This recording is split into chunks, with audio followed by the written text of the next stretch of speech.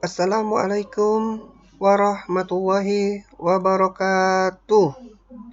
Salam sejahtera untuk kita semua. Semoga Allah Subhanahu wa Ta'ala memberikan kita kesehatan, diberikan kita kemudahan dalam menangkap atau menerima pelajaran hari ini.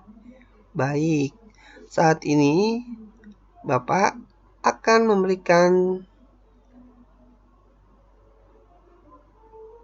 presentasi berjudul Internet sebagai sumber informasi, pelajaran 2. Nah, apa sih internet sebagai sumber informasi? Internet merupakan sumber informasi. Manfaat banyak sekali saat kita menggunakan internet. Salah satunya email dan media sosial. Email itu merupakan informasi di mana kita atau teman kita, saudara, orang tua, di saat dia sedang jauh dari kita bisa berkomunikasi melalui pesan internet. Seperti itu. Apa sih pesan internet? Pesan internet itu merupakan informasi di mana kita bisa melakukan komunikasi chat messenger, sebutnya sih seperti itu.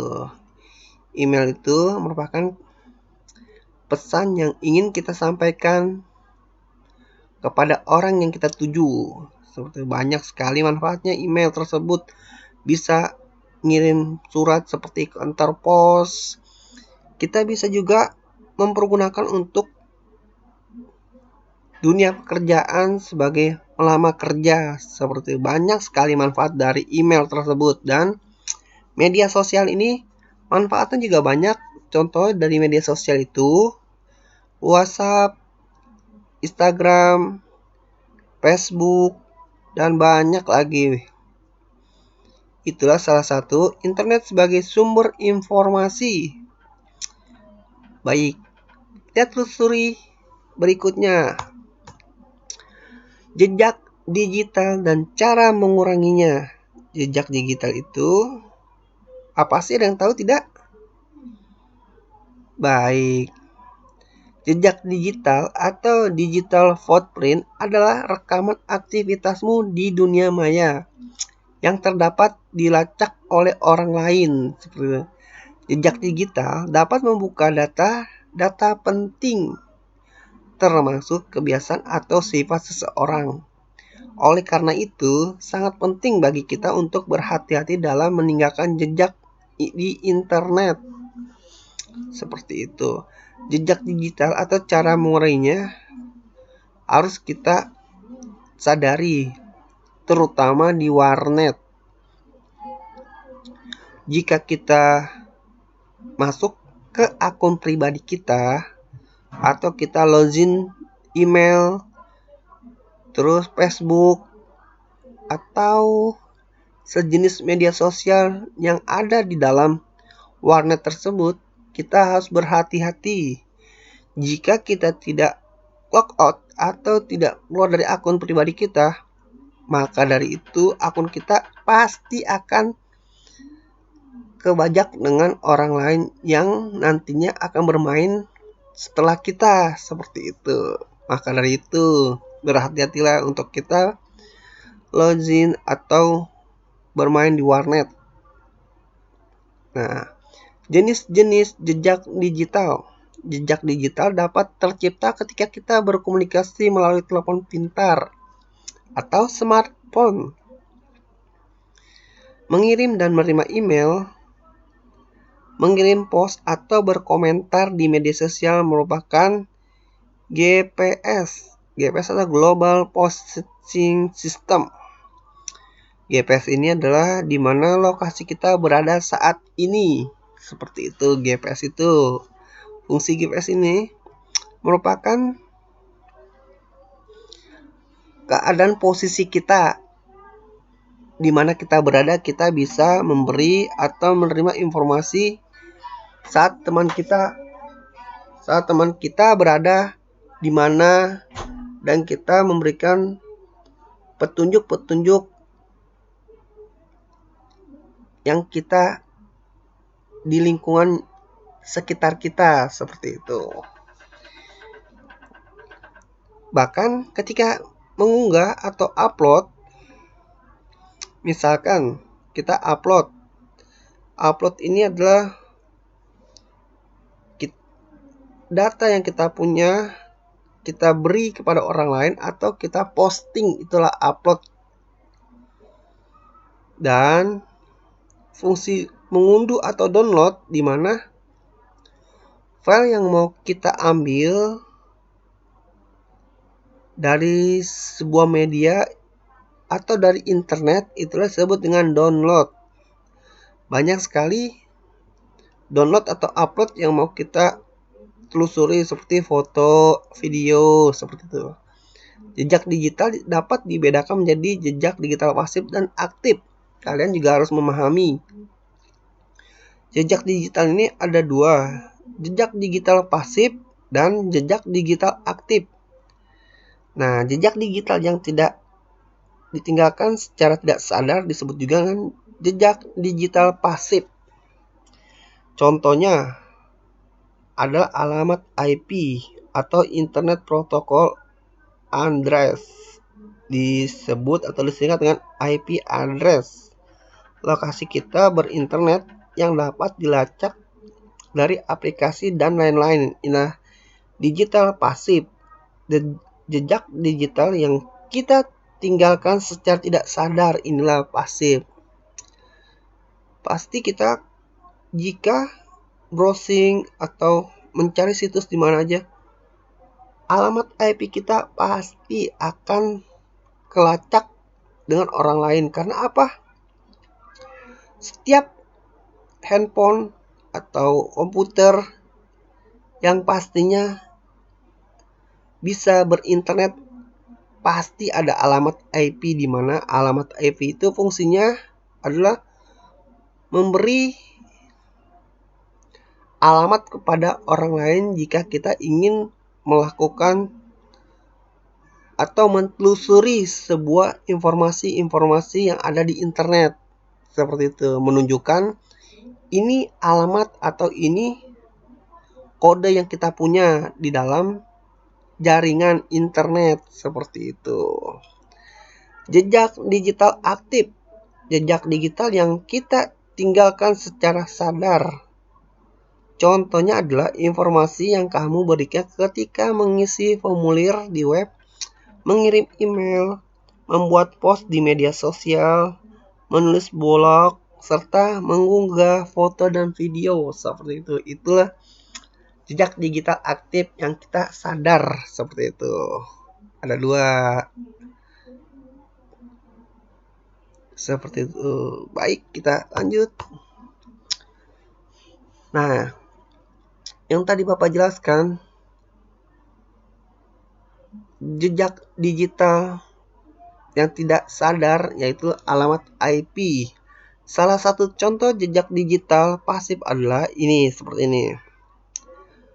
Di setiap yang kita punya, laptop, komputer, atau handphone yang saat ini kita pergunakan, semuanya pasti ada alamat IP.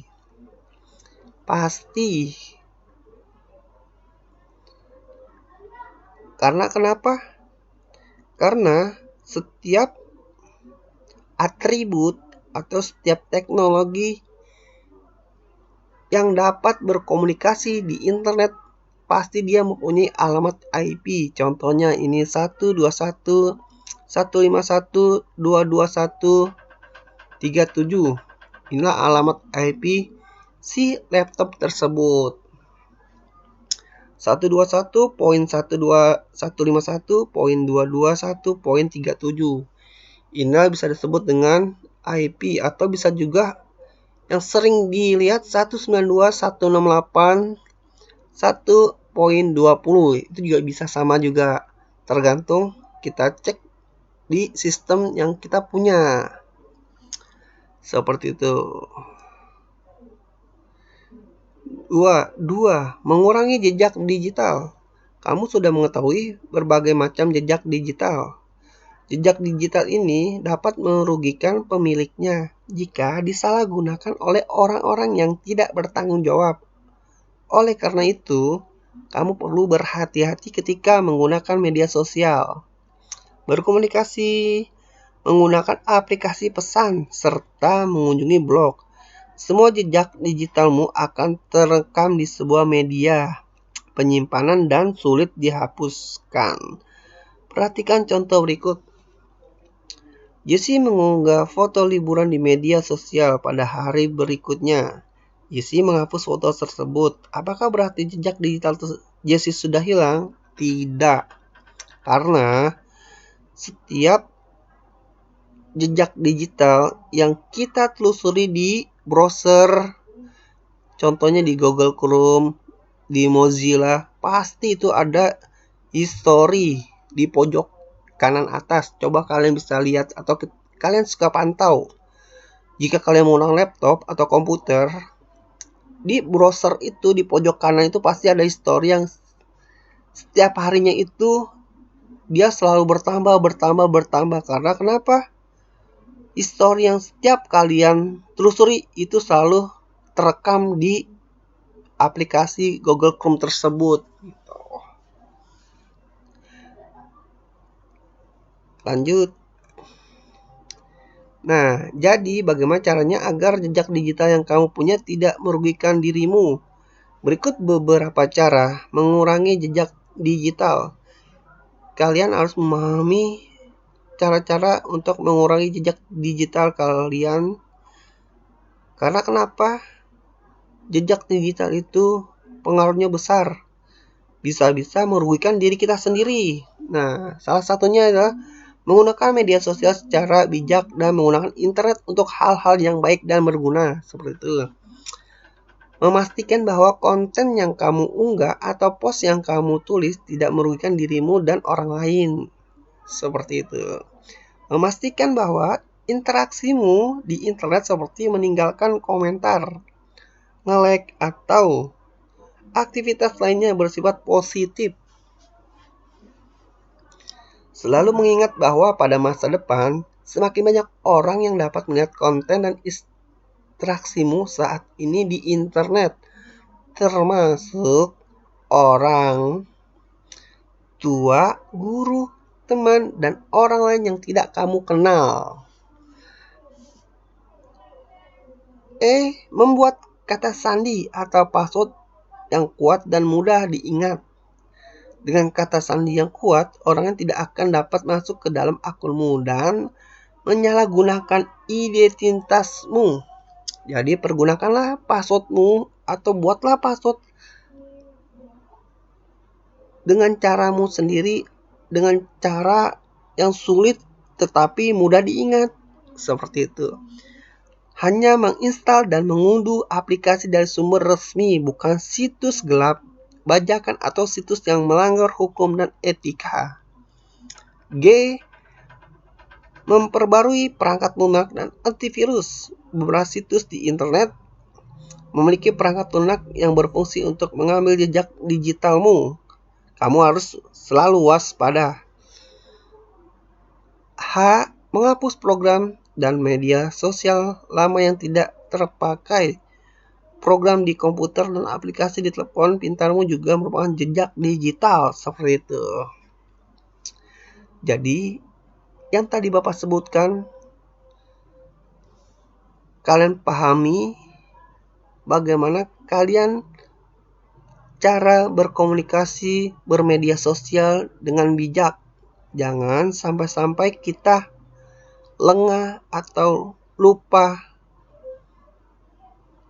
Jika kita lupa, akun yang kita punya akan rugi diri sendiri.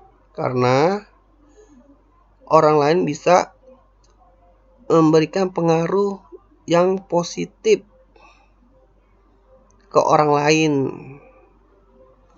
dengan cara melibatkan akun pribadi kita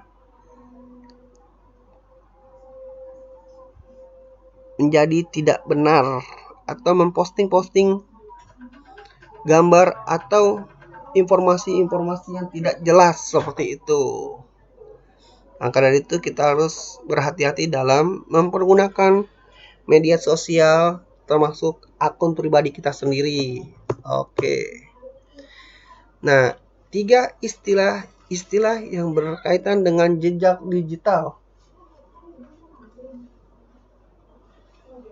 Jejak digitalmu tersimpan di internet secara permanen. Ada beberapa istilah yang berkaitan dengan jejak digital. Dengan memahami istilah-istilah tersebut, kamu dapat mengurangi jejak digitalmu yang dapat diakses orang banyak. Misalkan browser history. Apa sih browser history itu? Yaitu daftar semua situs yang pernah kamu kunjungi ketika menggunakan web browser. Yang tadi Bapak jelaskan ada di pojok kanan atas. Pojok kanan atas itu bisa kalian lihat browser history-nya, itu pasti banyak sekali yang bisa kalian lihat. Yang B, Cookies, yaitu berkas untuk menampung data sederhana berisi kebiasaan seseorang saat menggunakan web browser. Contoh pemanfaat cookies adalah ketika kamu memasukkan nama pengguna atau username dan kata sandi di suatu situs akan merekam. Jadi kali berikutnya kamu mengunjungi situs tersebut, kamu tidak perlu repot mengetiknya kembali. Seperti itu. Itu juga bisa disebut dengan history juga sih. Dalam pas kamu mau masuk itu sudah tersimpan dan direkam dengan cookies tersebut. Public post, yaitu pesan atau komentar yang dapat dilihat dan dibaca semua orang. Oleh karena itu, hindarilah mengirim pesan atau komentar yang merugikan dirimu sendiri dan orang lain. Nah, geotagging yaitu menandai lokasi keberadaan seseorang pada foto atau post yang dikirimkan ke internet. Geotagging dapat membantu seseorang untuk menemukan lokasi tertentu. Namun hal itu berarti semua orang melihat foto dan postmu di internet akan mengetahui lokasi keberadaanmu.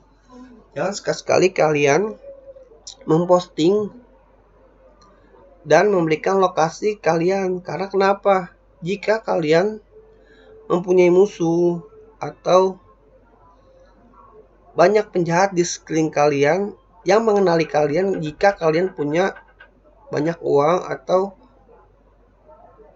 banyak membawa cukup uang, pasti kalian diincar dengan orang-orang jahat seperti itu. Maka dari itu jangan pernah memposting atau mengirim gambar dengan menandai lokasi kita berada seperti itu.